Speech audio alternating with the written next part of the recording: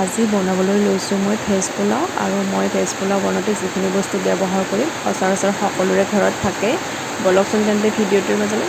নমস্কাৰ, মই ভনিতাই মোৰ চেনেলটোলৈ আপোনালোক সকলোকে স্বাগতম জনাইছোঁ।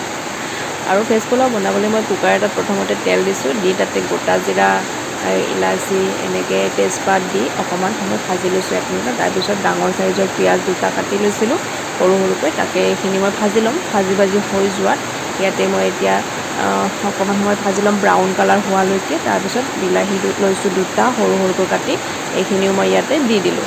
দি অকণমান সময় ভাজি আছোঁ। তাৰপিছত জোখমতে মই নিমখ, আদা নহৰু পেষ্ট আৰু হালধি এনেকৈ গোটেইখিনি মই ইয়াতে দি দিলোঁ।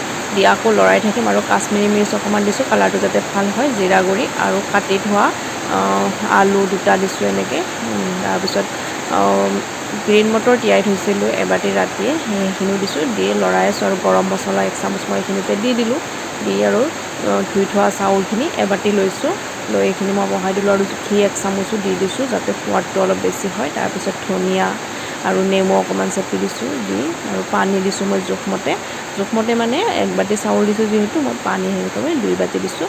তাৰপিছত 2টাৰ পৰা 3টামান হুইচেল আহিবলৈ দিলোঁ। দি ঢাকনিখন নিজে খোল হোৱালৈকে ৰখিলোঁ আৰু ভেজ পোলাও ৰেডি হৈ গ'ল। বনাই খাবচোন এবাৰ।